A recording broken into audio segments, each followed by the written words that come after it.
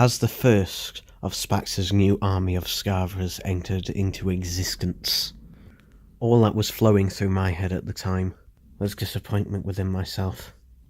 I'd done it again! Royally fucked it all up! If blowing up the earth wasn't bad enough now, I was the key to a lunatic who is happy to kill whoever gets in his way, and then he'll become a massive dictator over everyone.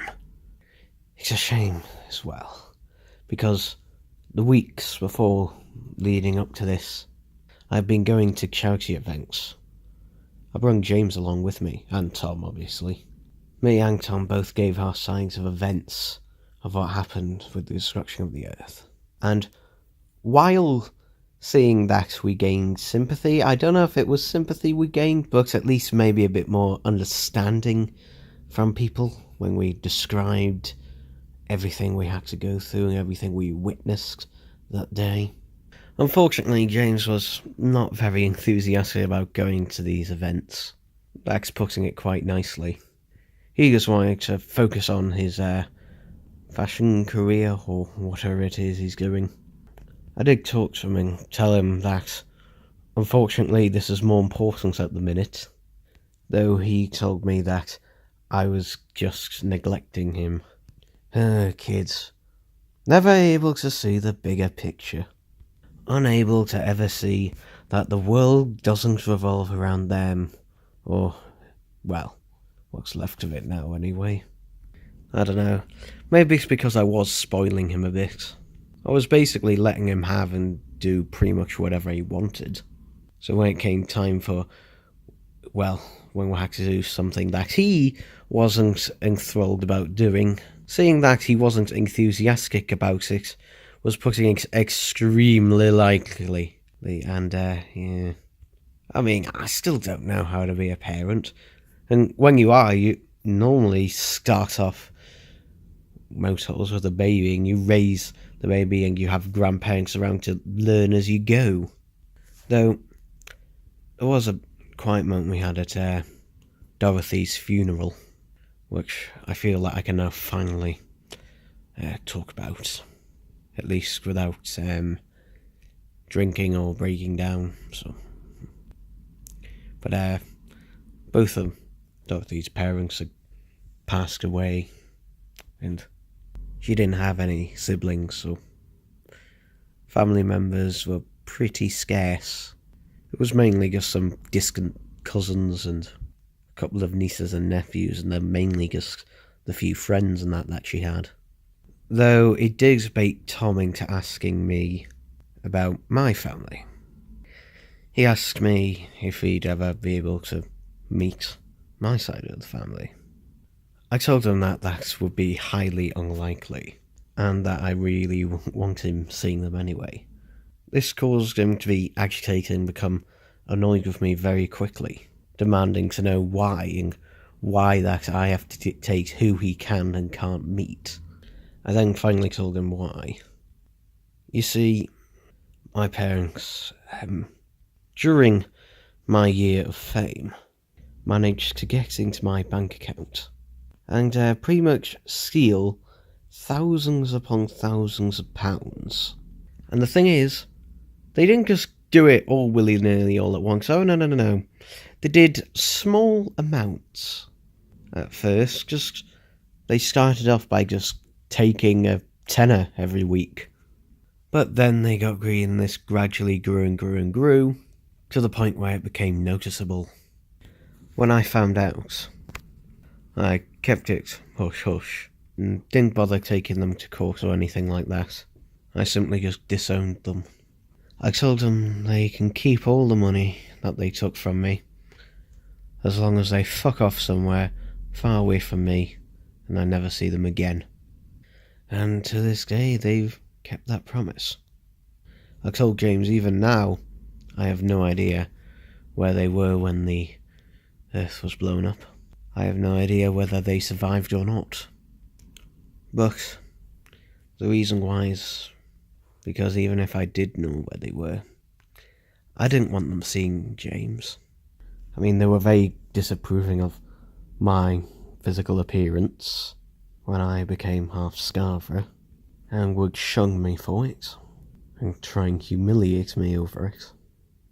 And after the life that I heard James had had growing up, where he was relentlessly bullied and ridiculed over his appearance, but now finally was pretty much just being accepted as who he was, what he looked like. I wasn't going to let them come back in and just completely destroy all of that. Some people say you should always make up with your family and everything, though I don't think that's always true. Like, for example, if someone was in an abusive relationship with their partner, you wouldn't keep saying, oh, forgive them and go back to them. You would be telling them to leave and get out as quickly as possible. So why should the fact that they're your family make any difference? But anyway, that was things going through my head. I feel like now I should better get on with this, shouldn't I? Of how I fucked everything up. Or at least was partly responsible for fucking everything up. Again.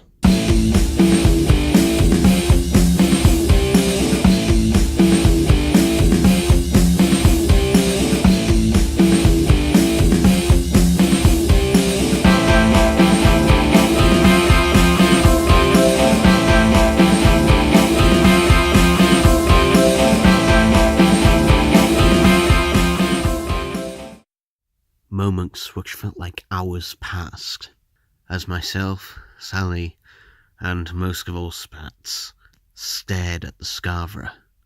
It was just like the one found in USP's labs.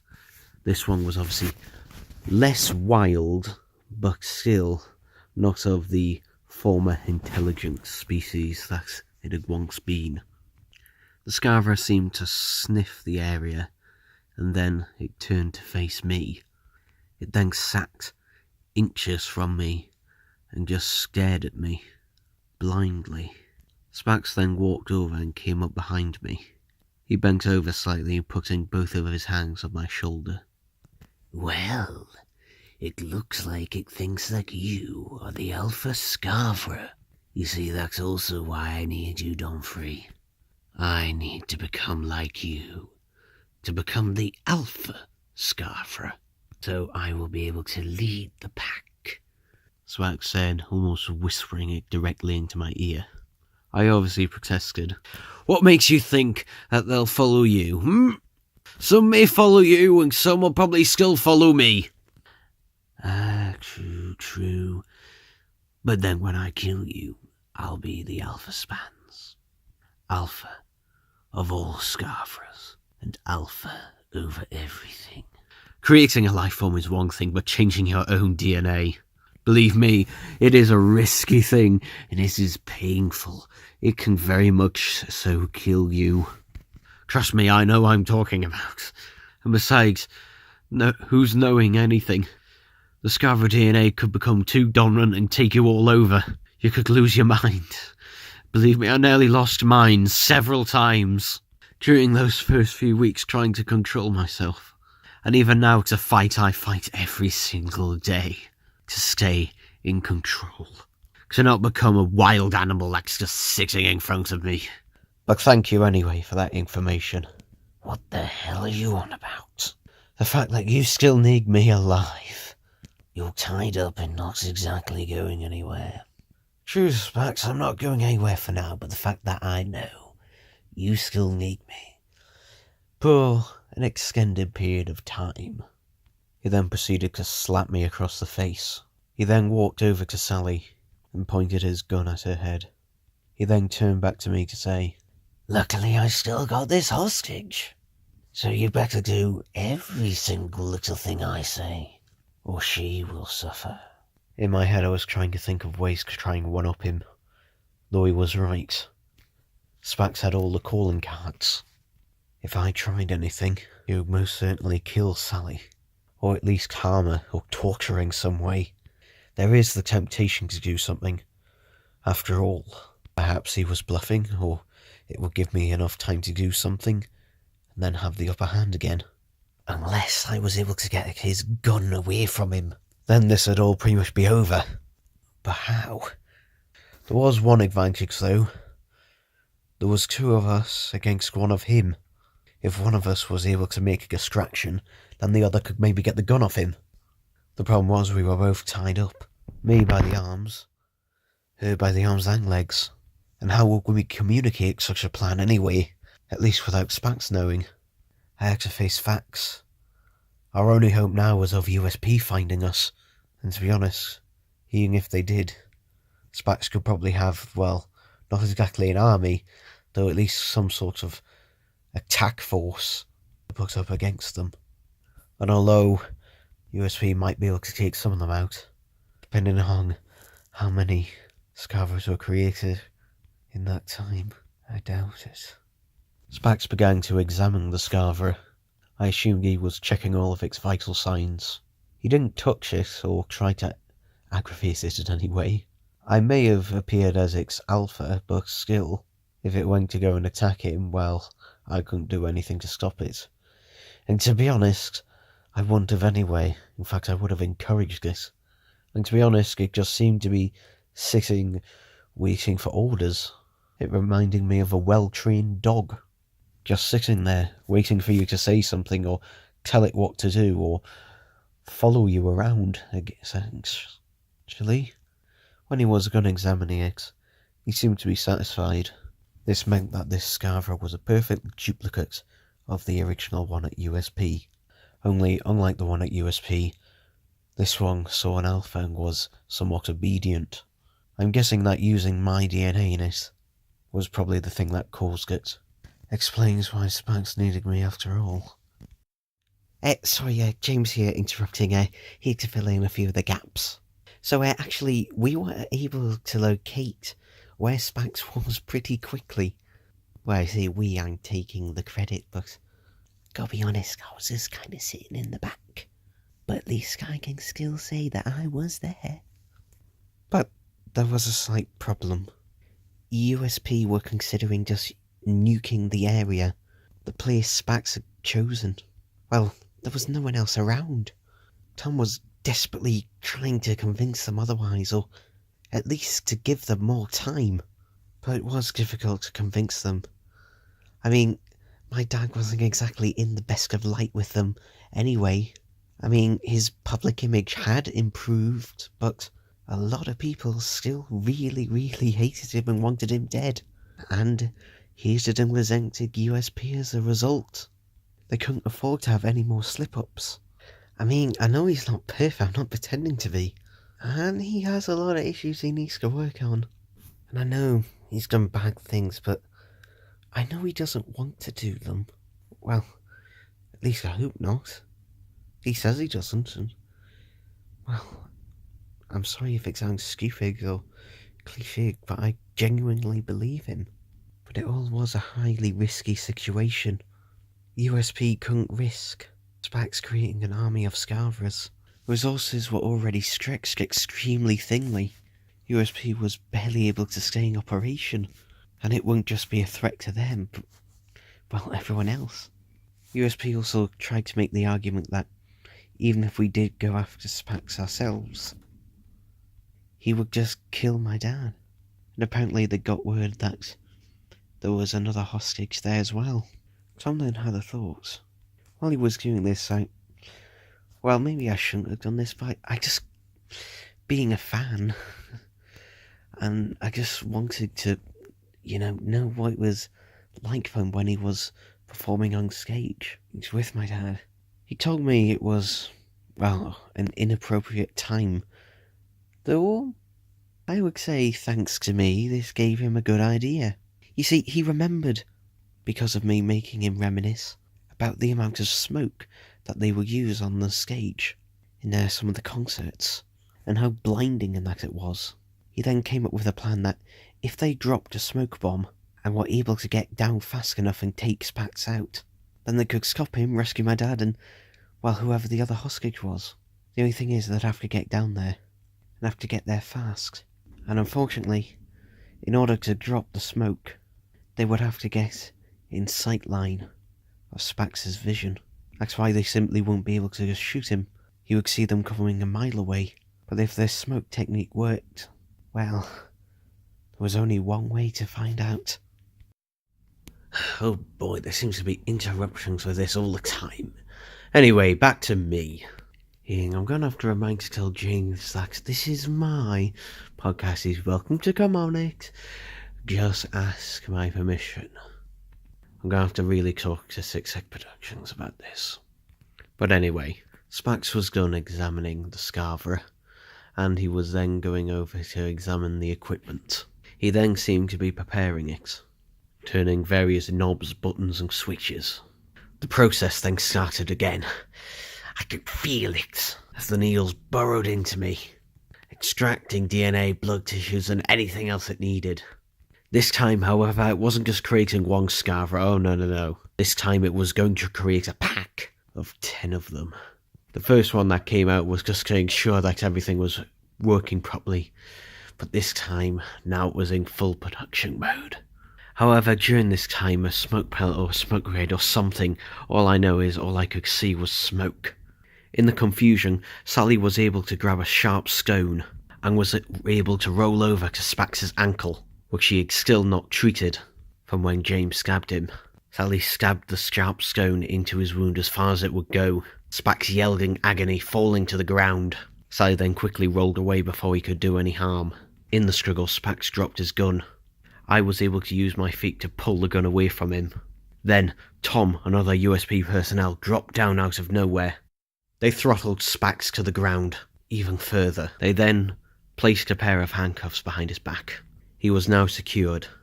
In this time, however, the machine had already created 10 more Scarvres. Sally, who had witnessed everything, was able to tell Tom how to turn off the machine without killing me. I was then promptly released by Tom. And then, out of the smoke, even though I was really angry with him and disappointed for disobeying me and Tom, I was still glad to see James there. He must have thought I was going to hug him because he had his arms stretched out. However, all I brought out was a finger and a stern look, and a "we will have serious discussions about this later" face. I then pointed towards the USP shuttle, which had now come into view as the smoke cleared. I didn't need to say anything to James, he understood. Then, tilting his head down, slowly made his way to the USP shuttle. Tom had then started to chuckle, and he put his hand on my shoulder. He only had one thing to say to me about the situation. "He's definitely your son." I couldn't exactly argue with him about this. Was he like this before, or was this just my influence? I don't know. James had been pretty much isolated for most of his life. And the only one who could have told me what he was like before I met him was dead. Looking around, there was now a massive cleanup that needed to be happening. The equipment that was used on me was disassembled and sent off to various places to be destroyed, so that it could never be used again. However, there was obviously a bigger issue, a more immediately pressing one. What were we going to do with these 11 Scarvre? I mean, USP's labs were able to keep one no problem, but 11? I mean, they didn't seem to be as wild or as malicious-natured as the one that was there, but even so, question of what to do. And obviously everyone's first option and answer to things is just to wipe them out, because obviously that's the easy one to do. Though that one thankfully didn't get very far. There was also discussions about maybe putting them in some sort of zoo, which to be honest is a fair option considering, well, their rarity. They would be well protected, and since they won't be running in the wild, they'll be able to lead probably longer lives than they would be if they were just left in the wild. I mean, look what happened to the Scarvre all on their own, and once species of intelligence reduced to that, because apparently they were completely cut off.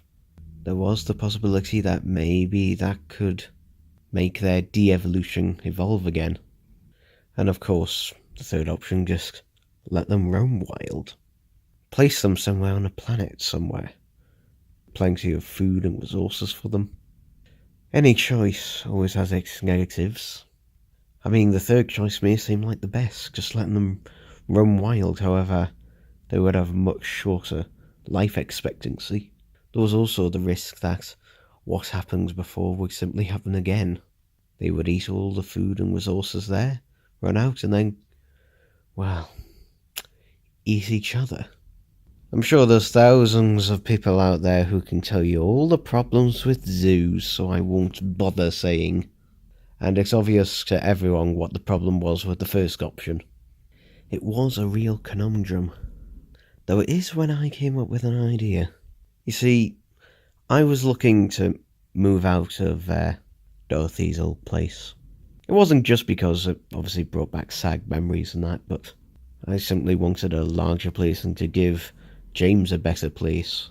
And I had been looking at very large households, like, well, those large American households.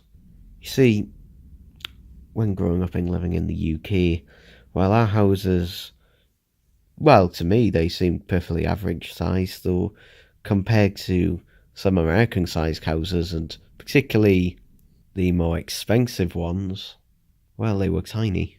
But there was this property on this planet, which I will not name because I don't want any of you to come knocking on my door. No offence, but if I give it out to some people, then it's basically giving it out to everyone else as well. But there was this property there, which, going on the American household thing, was probably equivalent to something like $500,000 or something along those lines. However, one of the perks of it as well is that it had a lot of land around it, which I hope you can see why I'm going with this. It would give the Scarvers somewhere to live, and it also allowed me to set up a charity for basically staff or zookeepers or whatever to basically take care of their needs. And one of the people who was going to work there was Sally.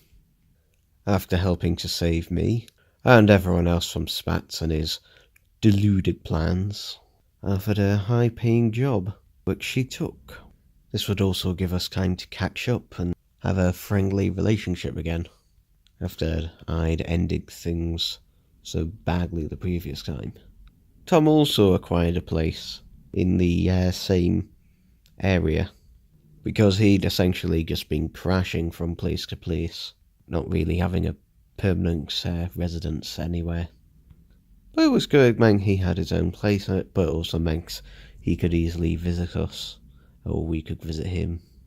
And since the house that I bought was so large, it had a massive basement area, which, after about a month, I offered to rent it out to Sally, since it was costing her quite a bit, in terms of shuttle costs every day, to get there and back. As for Spax, he's been placed in a higher security cell, and is awaiting a further trial on the actions he committed. Myself and Sally are both going to be appearing as witnesses, and I hope they just lock him away so he can have his own little delusions of grandeur and how special and important he is and how he's going to take over and rule everything. Yeah, let him just have that in his own special little world. But hey, I'll update you all on any further developments with him. Anyhow, I've had plenty of words with you, haven't I, James? Yes. But I think you've been grounded for long enough now. Besides, I've got a treat for you. And for me. Really? What is it? It's a taste test thing, you know, one of those things that was popular on YouTube and whatever. But this factory closed for quite a while. But thanks to some funding from yours truly, was able to reopen and distribute all over the UK again. Oh, what is it? What the hell's this thing? It's a Greggs sausage roll. What, you funded how much into a factory that does this? Not just sausage rolls, it does pasties, sandwiches, all sorts. But regardless, Greggs makes the best pasties throughout the entire universe. You seriously invested your money in this? There are some things in life I cannot live without, and living without Greggs is not one of them. I did because everyone should just get the experience of a Greggs. And by the way, I should mention this is not sponsored by Greggs, though it should be. But you bought out their factory. Yeah, it doesn't mean I still own it. I invested money in it, doesn't mean I own the factory. I just have a few shareholders in it now. Right. Well, go on then, try it. Eat it while it's still hot.